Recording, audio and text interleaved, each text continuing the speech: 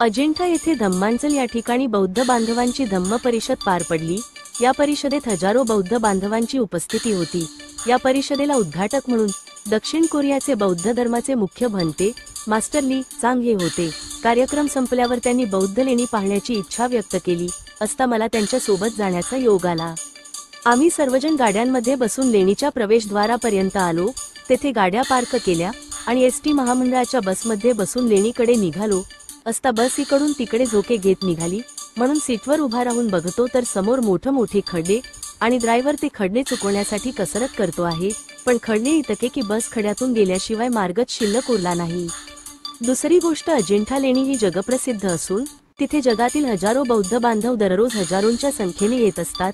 तो जगप्रसिद्ध बौद्ध वारसा अबाधित राहावा म्हणून तिथे प्रदूषण होणार नाही याकरता तिथे डिझेलवरती चालणारे वाहन नेऊ दिली जात नाही। असे असताना एसटी महामंडळाच्या खटाऱ्या झालेल्या डिझेलवर चालणाऱ्या गाड्या कशा काय वापरल्या जातात याचं नवल वाटते। एसटी महामंडळ किंवा इथली बेजबाबदार व्यवस्था जाणूनबुजून बौद्ध लेणीला विद्रूप करण्यासाठी आणि प्रदूषित करण्यासाठी अशा पद्धतीने काम करत आहे का याचा विचार झाला पाहिजे। याची तात्काळ संबंधित व्यवस्थेने दखल घेतली पाहिजे, नसता बौद्ध बांधवांच्या रोषाला बळी पडावे लागेल। बहुजन समाज पार्टी महाराष्ट्र राज्य प्रभारी माननीय मुकुंद दादा सोनवणे यांनी अजिंठा लेणी येथे भेट देऊन वास्तविकता बघितली व इशारा दिला।